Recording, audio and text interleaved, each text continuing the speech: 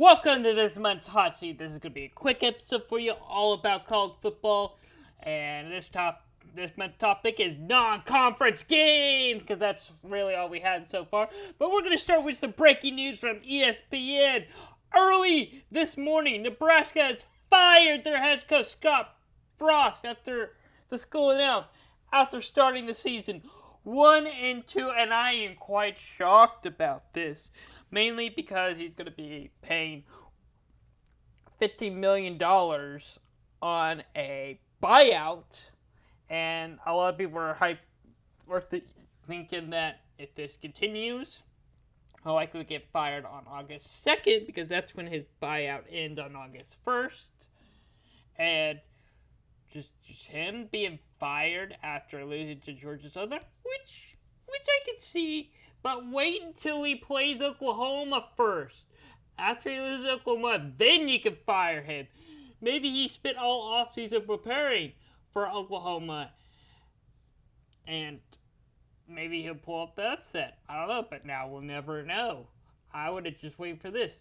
I think it's stupid. Is it the right decision? Yeah.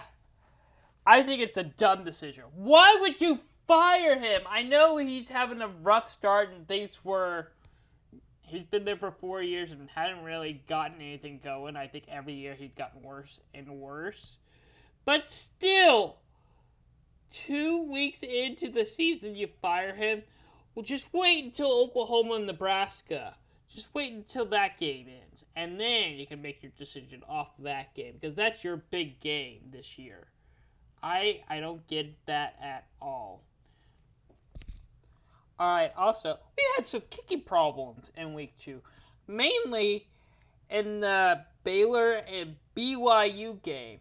Here's some highlights from it from down and distance earlier today. Field goal range, red zone with the chance to win the game, and he misses wide left. Oh my goodness. Alright, overtime. Here we go. Baylor now. They got ball first. They got stuck, going 3 and out, making a field goal, and he misses wide right. What is going on with field goals in this game? All right, well, BYU now has a chance to win this game. Any score will do it. And the kick is no good. He misses another field goal. What is wrong with kickers in this game? And that's just one game we had this week. Alabama, Texas missed the field goal. Texas probably would have won the game if they would have made that field goal. Also, Kentucky, Florida. I think there were a couple of missed field goals in that game too. Just all around, just bad kicking. And week 2, I don't know what's going on, but it's better improve in week 3. Also, overtime this year has been very exciting. Week 1, 5 overtimes. Week 2, 6 overtimes. And that's just the FBS, the ones that I saw on record. There may be more that I missed. There might even be more in the FCS that I didn't have a chance to see. And the question is, how's week 3 going to do? I don't know. We might. Obviously, it goes 5 and 6. Are we going to get 7 in week 3? That would be amazing. Can every game get out? By the time we get to week 13 or week 14, the last week of the regular season, we're going to have like 10 or almost every game in overtime in this trend. But no, that's not going to happen. But we will continue to see overtime games this year. This might be the best college football season yet. I mean, it's so hard to tell who's going to win these games. And that's why I'm so excited they're introducing playoffs for 4 to 12 teams, because, I mean, in my rankings, this is the most changes I've ever made. I know it's still early on, but still, I mean, making teams make huge jumps in the ranking. Making teams dropping out of the rankings when they're in the top 10. Moving teams into the top 15 when they weren't even ranked the previous week. That's the kind of change we're making, and that's unnatural. I mean, we'll see that like a couple of times a year, but this is so far every week now. And I can't wait to get a 12 team. That's exactly, we need that for this year because, I mean, there are about 12 teams, there's about 15 teams that look playoff ready right now. I mean, you don't know what to expect. And also, every game likely going to overtime. But it's not going to start until no later than 2026. They're working on getting it ready for 2024. Probably not going to happen. I think we'll likely see in 2025. Anyway, the AP poll, again, more changes. But the top 3 teams since the preseason has stayed in the top 3.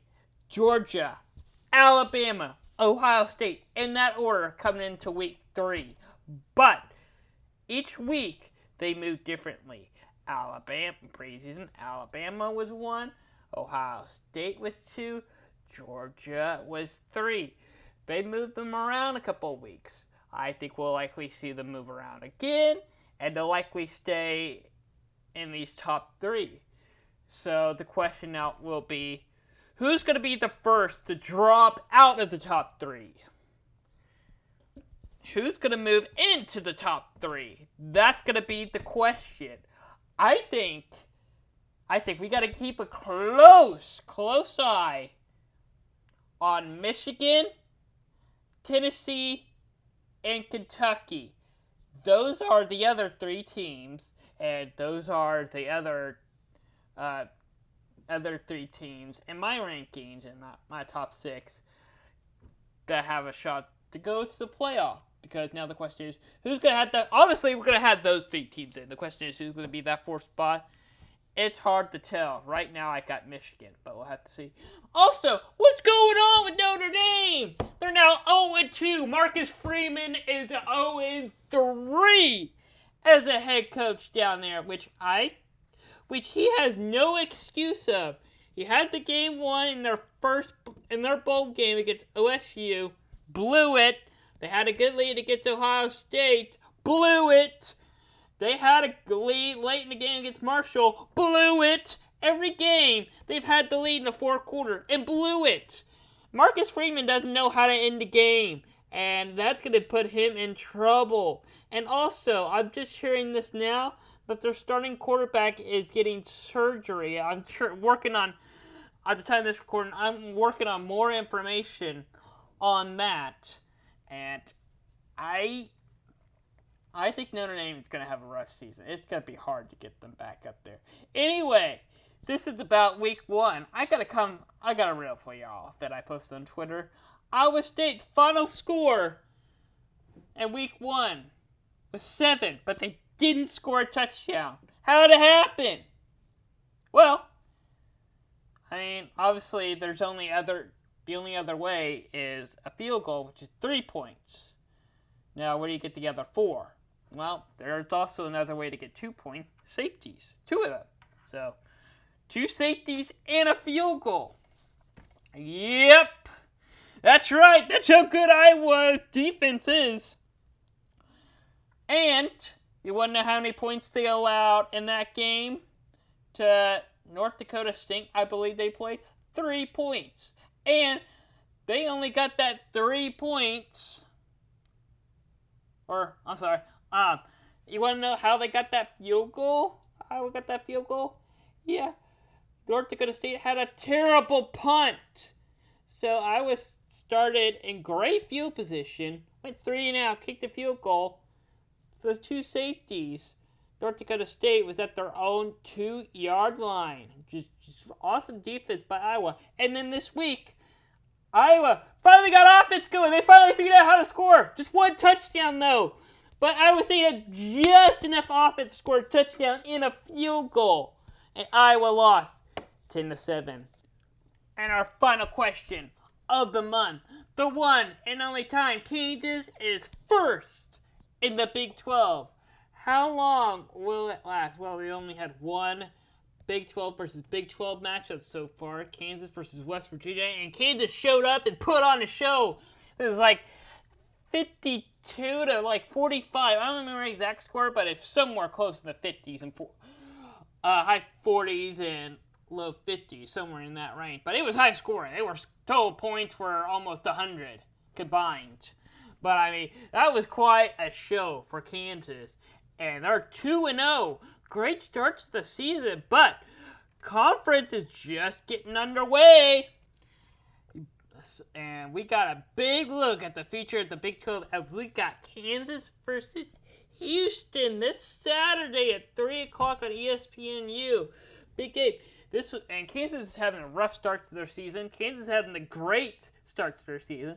So it's going to be a big challenge for both of these. Can Kansas do it again? Can Houston find a way to finally put up a win? A decent win? We'll just have to wait and find out. But anyway, thanks for watching Hot Seat. I know it was a quick episode and all, but I'm going to try and make them longer. I've just been really busy on getting Down and Distance in American Game Day show. Looking great. And that was and if you haven't already, check out Down and Distance. It's a great recap on what you missed on week 1. And also, I have an own podcast, Slay Report, that podcast you can check out, just recapping and going on rants on what I saw, mainly about Cupcake Week. And also, every Saturday morning at 10 a.m., it's our Pick'em Game Day show. Whatever big games are on Saturday, we'll talk about it that morning. And check out our website for the latest news about college football, NFL, any other scores, breaking news. Alright. And thanks for watching this month's Hot Seat. I'll see you next week for some more big questions. October 3rd.